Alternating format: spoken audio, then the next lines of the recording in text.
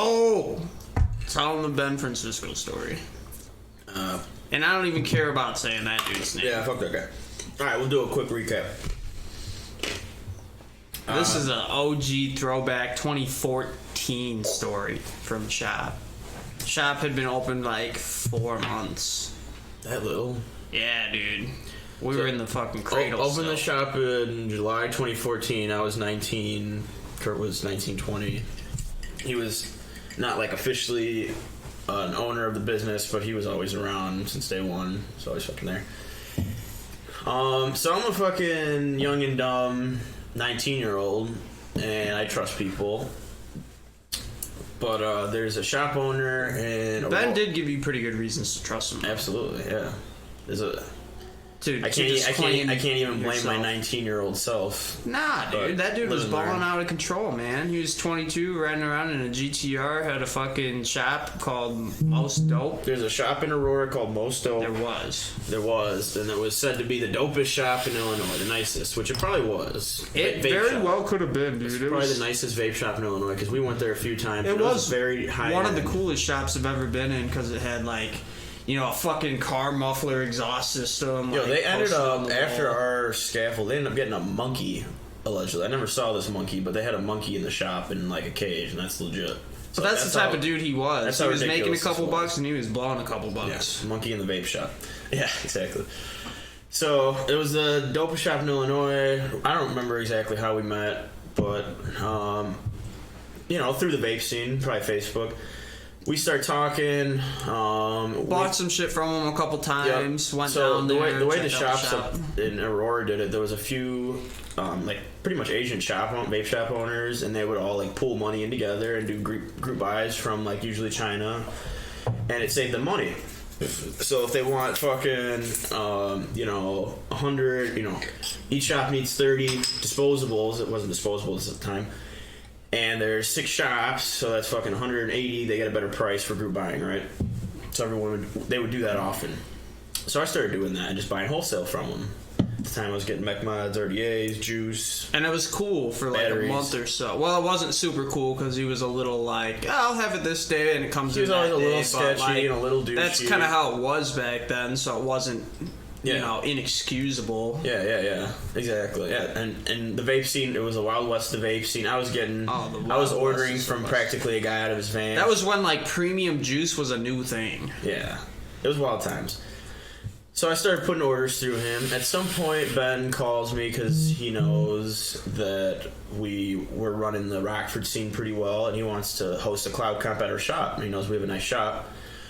So, I don't remember, was that their first remodel that we ended up doing before that? Yes. So to prepare for this... It was in December, like, right at the end of the year.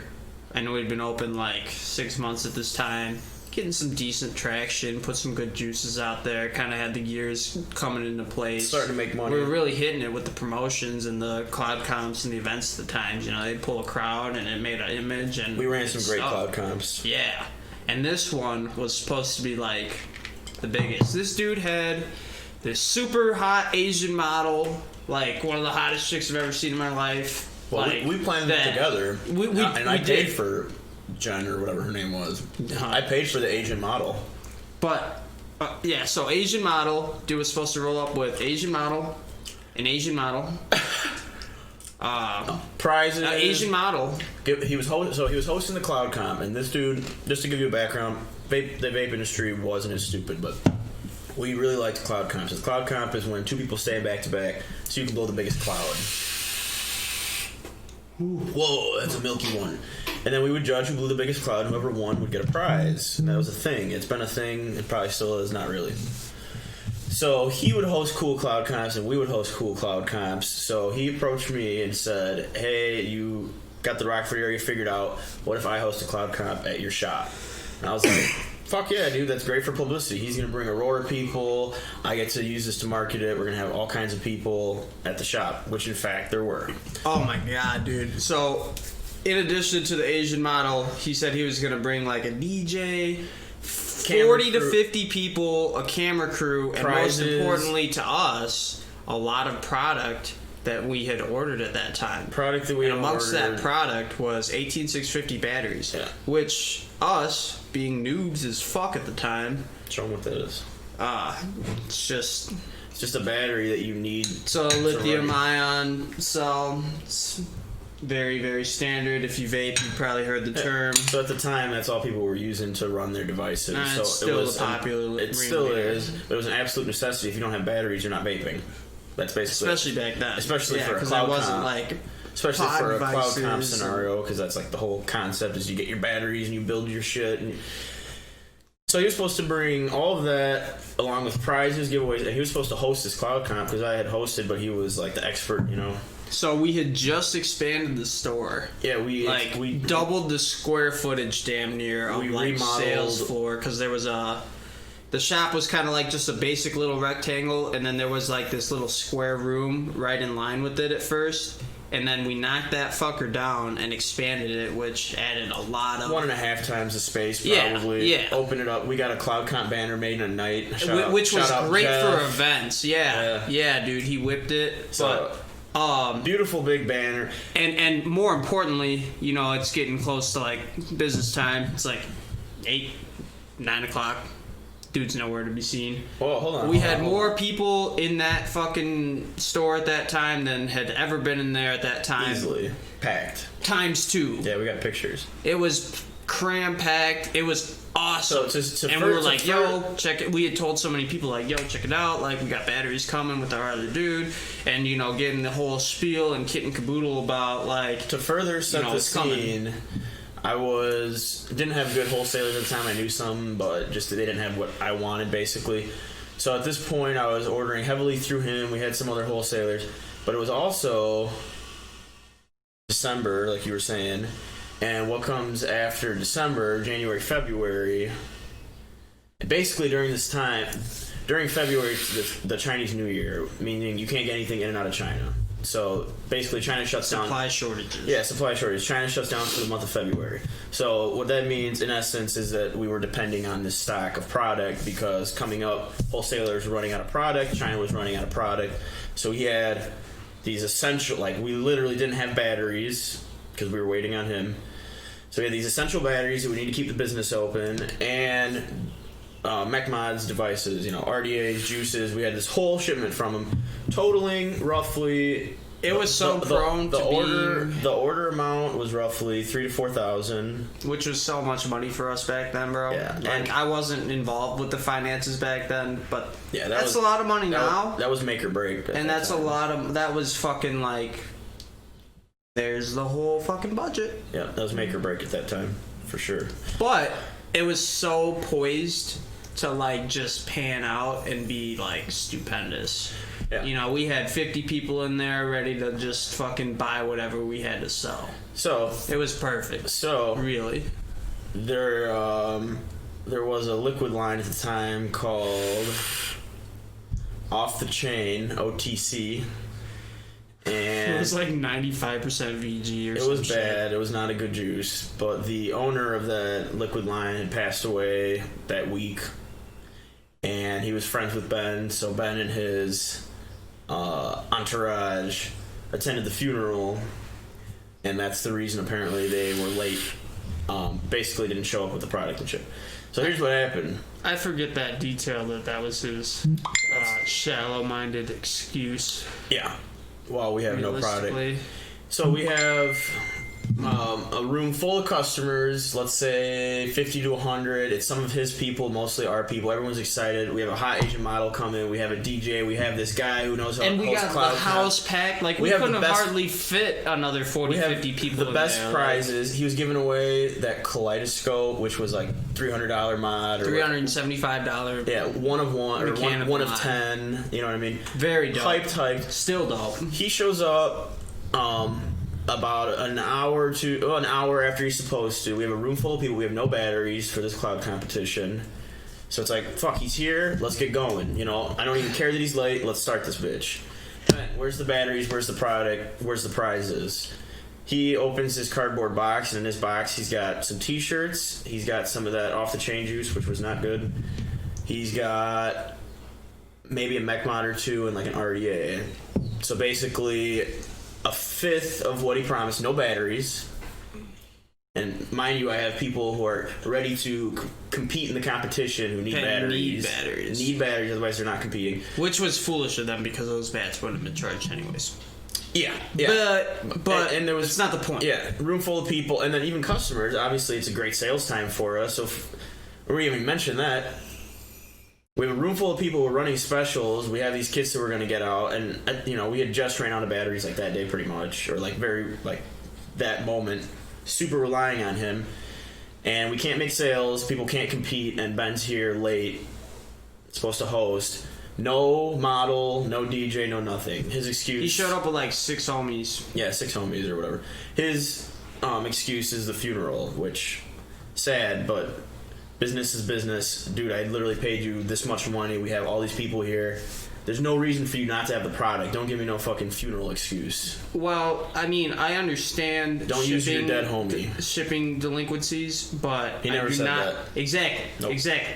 But I don't have time. His excuse was we were at my buddy's funeral and have some respect. And then worse off yet is that he never supplied you with those products. Oh yeah, the story's not even. So done. He owes you brands. I have fucking 100 people in my vape shop. This will it's a make or break type thing. Not make or break, but. Could have had it's a chance to really make. Yeah, and I'm looking like an idiot now because it's my shop. So this is one of my favorite things that you've ever done, dude. I don't know if I've ever told you that. This is definitely one of my favorite, most things that I respect you for doing. Where it was like, wow. 99.99% of people wouldn't have had the balls to just make this little fucking faggot do this. Yeah, so I fucking lose my shit on him in the back room. Check out that squirrel real quick, though. Sorry. Oh, hey, bud. He's poised. I saw him eating a little nut. Oh, he's watching. Earlier. Come on, got bud. it on camera. Oh, nice. Oh, nice. Yes. Anyways. So I lose my shit. I go into, a fucking, whatever you call it, like a black rage type thing. And I don't touch him or anything, but I just fucking scream at him, dude. Dude, you're supposed to have this product. You're supposed to be here an hour ago. I have a room full of people. I have no batteries. What the fuck am I supposed to tell these people? Lose my shit on him. Make him feel this big. And he deserved every bit of it, dude. So he says something like... alright, dude, you're just not gonna respect that my homie died. Fuck you, I don't need to be here. You still, do the comp by yourself. So him and his homies leave and walk out towards the back parking lot. And I follow him, fucking letting him have it the entire time. He's about to get in his car and leave, and I say, what the fuck am I supposed to do with these people in my shop with no batteries? You told them this, you told them that. I have a room full of people. What the fuck am I supposed to do? Go in there and fucking tell them what happened.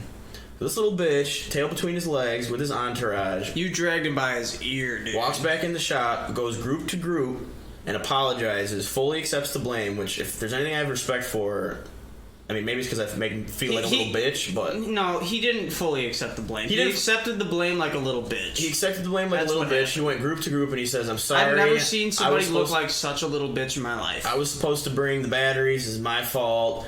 I hope you guys have a good competition.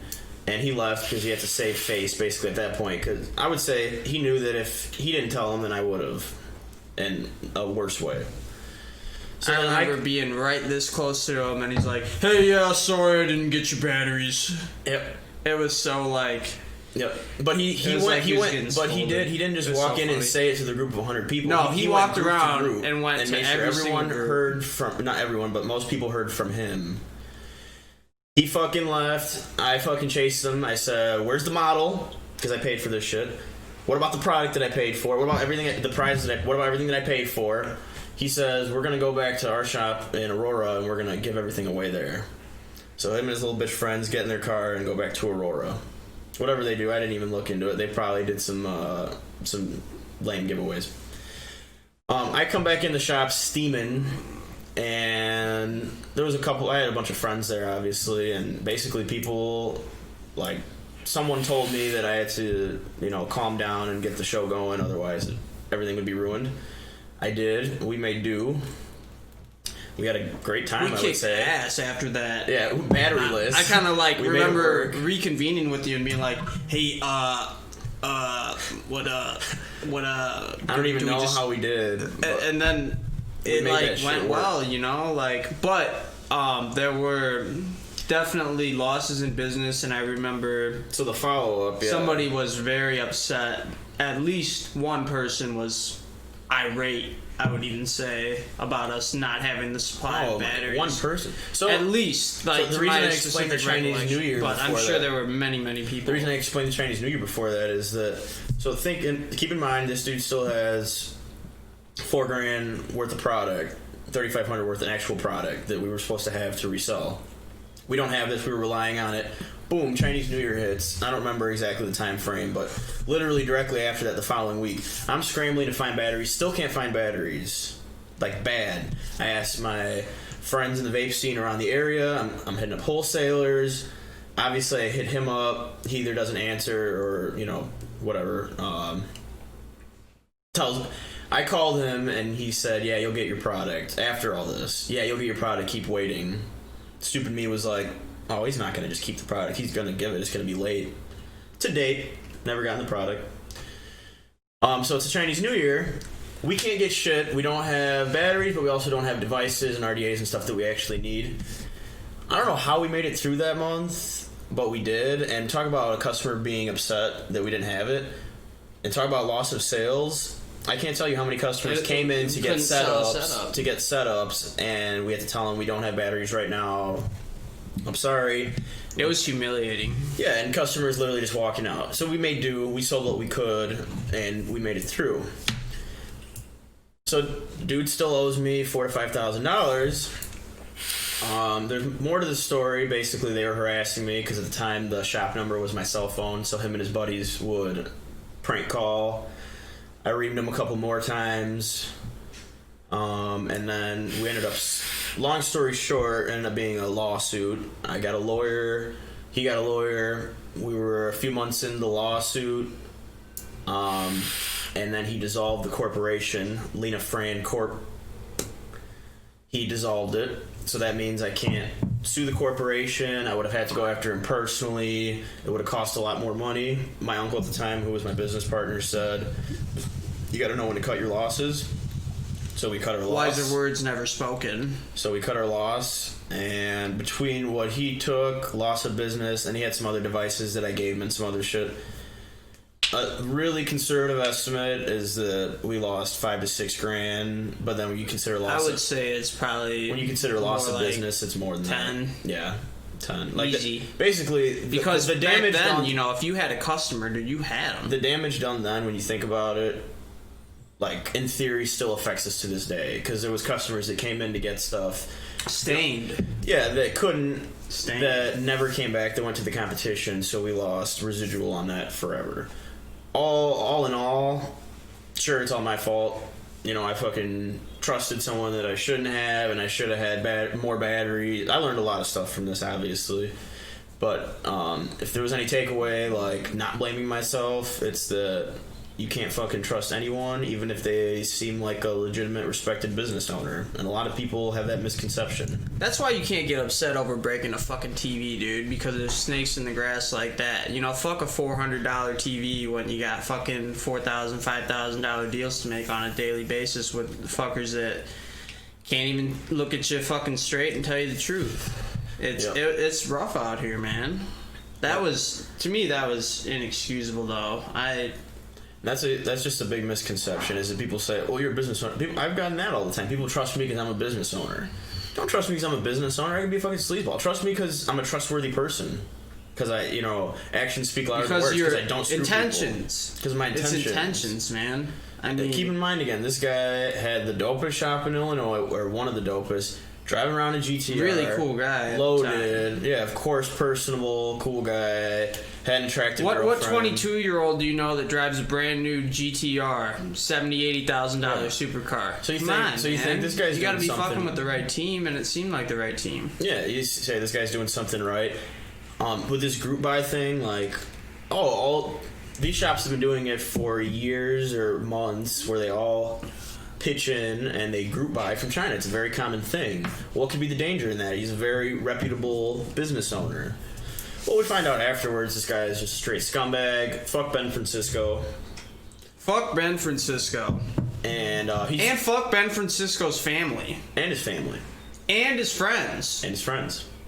And anybody who doesn't think that he's a shitbag. And he's screwed a bunch of people along the way. In fact, the nail in his coffin in the shop is that he was literally storing customers' credit card information on his terminal as they were swiping. And he was he was frauding his customers. He had a dude that spent $15 and he charged him for like $1,500. Yeah, it was something ridiculous like that. Like super actual credit card fraud. BRB, and then I'm gonna roast him more. Yeah. Oh. So then if there's any other takeaway, it's the fucking karma or whatever. You know? Karma will get... Fuck Johnny Craig. And fuck Johnny Craig. Most importantly.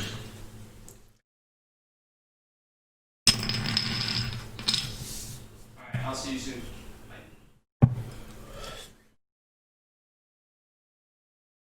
That story gets me so riled up, bro. Make you want to punch a TV?